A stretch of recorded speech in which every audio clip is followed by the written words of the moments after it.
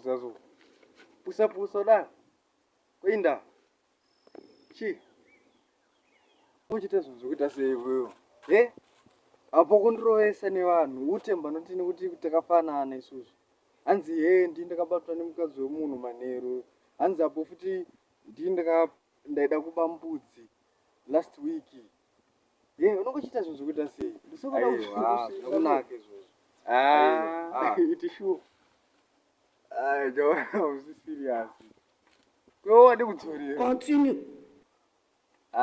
Iwo nyedzo zvenina ndodziziva. Aiwa wanongogara ungoona magaraji nendanani. Aiwa ndanyedzo handidzizive. Fanewo wambonyeuta sei kwewo? Aiwa chimbomira unhu wako. Aiwa wangu dzimwe nyaya dena imega meni. Ungada kuparura nyaya nevamwe vanhu.